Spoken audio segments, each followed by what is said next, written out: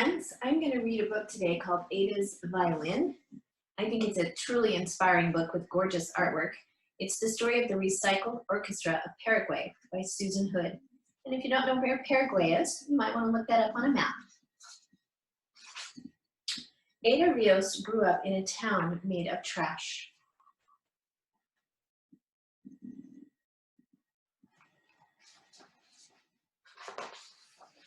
Every morning at dawn, Ada heard the first garbage trucks rumble and roll down the road to Cateura. Beep, beep, beep. Backing into the landfill, they tipped their loads up and crash. The trash came tumbling down 1,500 tons each day. That's 300,000 pounds of garbage every day. Ada and her friends watched as the gancheros, recyclers, scrambled, tearing into plastic bags with long-handled hooks, pushing aside moldy produce and grabbing anything they could recycle or sell. The going rates, 5 cents for a pound of cardboard, 10 cents for a pound of plastic. And take a look at these incredible illustrations.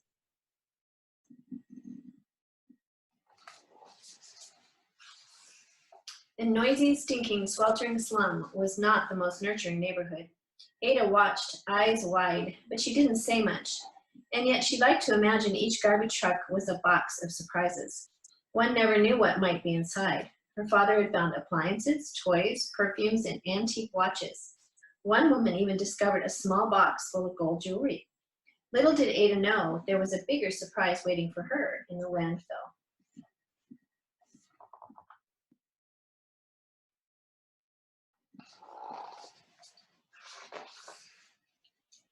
Every day when Ada's parents went to work, Grandmother Marian cared for Ada and her little sister Noelia.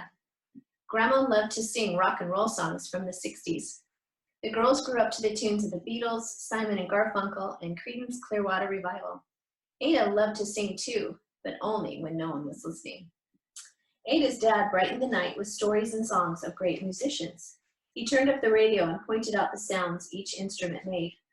Ada heard one above all the others, zing, with the strings of the violin.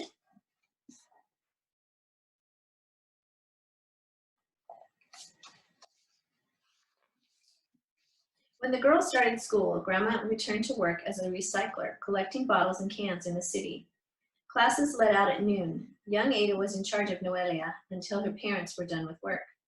At first, the girls stayed close to home, playing with Grandma Miriam's doggies and making sand cakes in the dirt. Soon, they joined their cousins, playing hide and seek or a game of handball in the streets.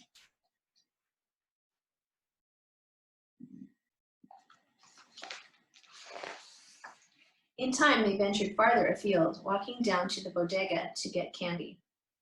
But Ada noticed the teenagers hanging out in the alleys, grumbling about life in the landfill looming ahead. What would happen to them, to her little sister? She watched as the older kids turned to gangs and got into fights.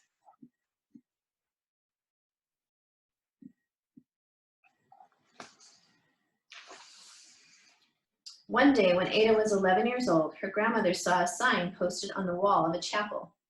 Violin, guitar, cello taught Saturdays at 8 o'clock a.m. Fabio Chavez. How Grandma had longed to learn music. Too late for her, maybe, she thought, but not for her granddaughters. She signed them up without asking them, or their parents.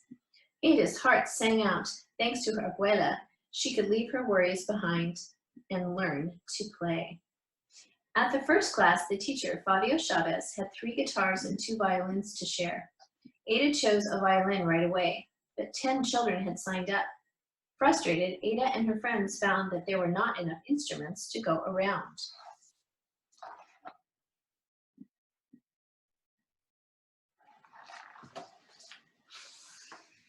And there was a bigger problem. Everyone quickly realized that the children would need to practice at home, but it wasn't safe to be seen with an expensive instrument in Cateura, where a violin is worth more than a house. Watching the children play amid broken glass and rusty metal, Senor Chavez knew he had to do something. He remembered a band called Les Luthiers, that made its own instruments. That was it. He asked Nicolas Cola Gomez, a ganchero and carpenter, for help. Senor Gomez found a discarded drum with a big hole in it. What could he use to fix it? He picked through the trash and discovered an old X-ray film. Would that work?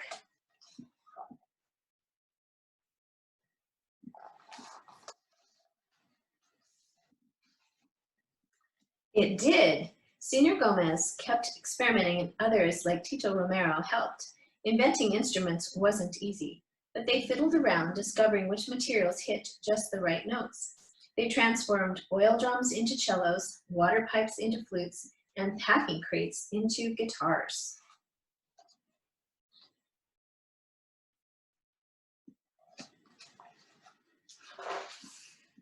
Soon there were enough instruments for all the children who wanted to play. Ada chose a violin made from an old paint can, an aluminum baking tray, a fork, and pieces of wooden crates. Worthless to thieves, it was invaluable to her. It was a violin of her very own.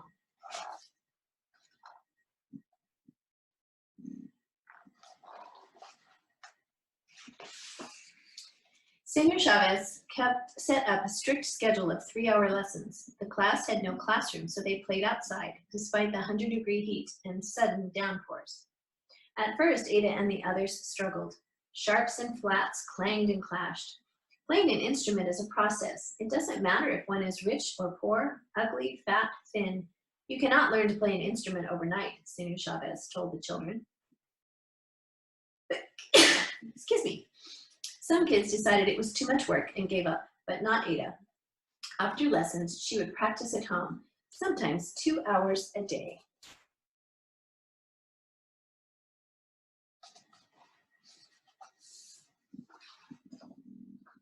In time, the screeches, twangs, and tweets hit all the right notes. Their class became a small island where Chavez taught them to respect themselves and one another. Be kind, always say please and thank you. Say you're sorry. Be dedicated when you commit to something, Senor Chavez told the children. Soon the ragtag crew of kids learned to tune in, to listen to one another, to band together.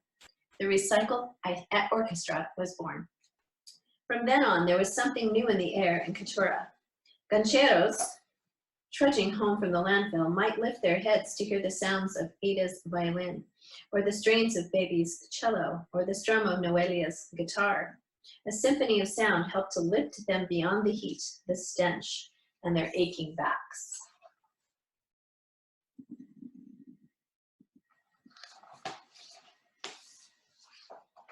With her violin, Ada could close her eyes and imagine a different life. She could soar on the high, bright, bittersweet notes to a place far away. She could be who she was meant to be.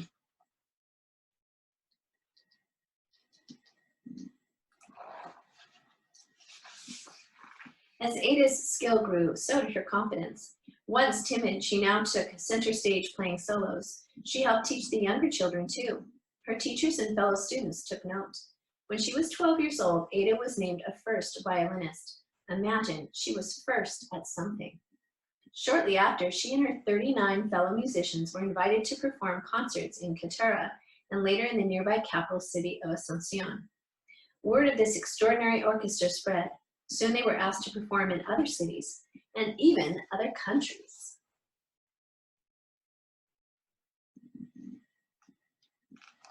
And imagine this, all on recycled instruments. Ada and her friends flew on their first airplane, stayed in their first hotel, swam in the bright blue waters of Rio de Janeiro, sampled their first pastries and pineapple, and saw sights they never imagined. The world dazzled them, just as they dazzled the world.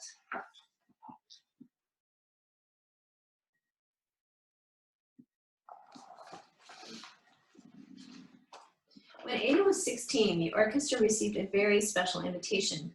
They were asked to tour with a world-famous rock band.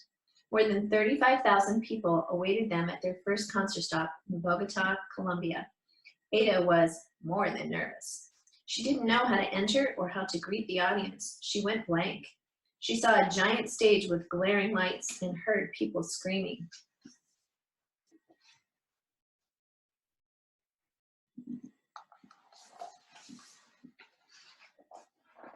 But she didn't have to worry. As the recycled orchestra took the stage, the people who had paid to see the rock band cheered for them. The enormous audience sang and swayed to the music as the orchestra played. And as their performance came to a close,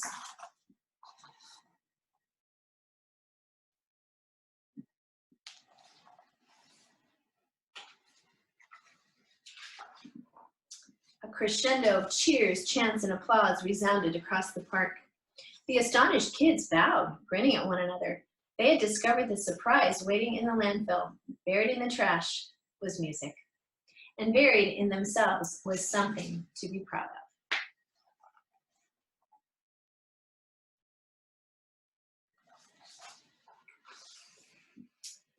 This is the author's note, which I think is very interesting. It says, "The world sends us garbage, we send back music." And the quote is from the band director, Fabio Chavez. Ada Rios' town, Cateura, is the main garbage dump for the capital city of Asunción, Paraguay. It is one of the poorest slums in all of South America. More than 2,500 families, 20,000 people live there on less than $2 a day. Imagine that. They endure 14-hour days picking through the trash in the landfill to find things they can recycle and sell. Officially, children aren't allowed to work in the landfill, but that doesn't stop them. Some of the families need their help. "Whoever can carry something can work," said Ada. Generations of Ada's family worked the landfill, including her father and grandmother. But her father later got a better job sewing and embroidering clothes. Her mom worked as a caregiver for an elderly relative. Ada and Noelia could attend school, but as children there were still long hours with nothing to do and trouble waiting in the wings. Then a newcomer came to town. Fabio Chavez was an environmental engineer sent to Cateura to teach safety practices to the gancheros working amid dangerous heaps of refuse. Laboring alongside them in the landfill, he befriended the recyclers and worried about their children. A musician himself, he decided to offer music lessons to keep the kids out of trouble. In time, Chavez's music class became an orchestra, aptly named the Recycled Orchestra. Concert invitations followed, but there were difficult roadblocks. Chavez discovered that the children didn't have any identity papers or even birth certificates required for travel. They had legally not been born. Chavez changed all that. Today, Ada and her friends have performed concerts all over the world, in Argentina, Brazil, Canada, Colombia, England, Germany, Japan, Mexico, Norway, Palestine, Spain, the United States, and more. They have toured with the rock band Metallica and played for world dignitaries, including Pope Francis. Money from the orchestra's concerts go back to Cateura to help families rebuild their homes, their music school, and their lives. Not too long ago, we purchased a piece of land where we will build houses for 15 orchestra families, said Chavez. Ada has a new house there. This land is out of the flood zone. These families will never again have to face the evacuations that displace Cateura villagers every year when the river rises. What started as music class for 10 kids has swelled to orchestral rehearsals for 200 students with more than 25 instructors. Chavez quit his ecology job to work with the orchestra full-time. Now plans are afoot to use the Recycled Orchestra's experiences as a model to help other children living on landfills around the world. And I just think this is so incredibly inspiring. There's a photo of some of the kids who are actually in the orchestra. And the quote is, "Music allowed us to connect with other people. Without even speaking the language, we understand each other." And this is the last page. And if I can find a link for you to actually hear the music of this Recycled Orchestra, I will do that as well. I hope you enjoyed this story today. I felt like it was very inspiring. Ada's Violin, the story of the Recycled Orchestra of Paraguay.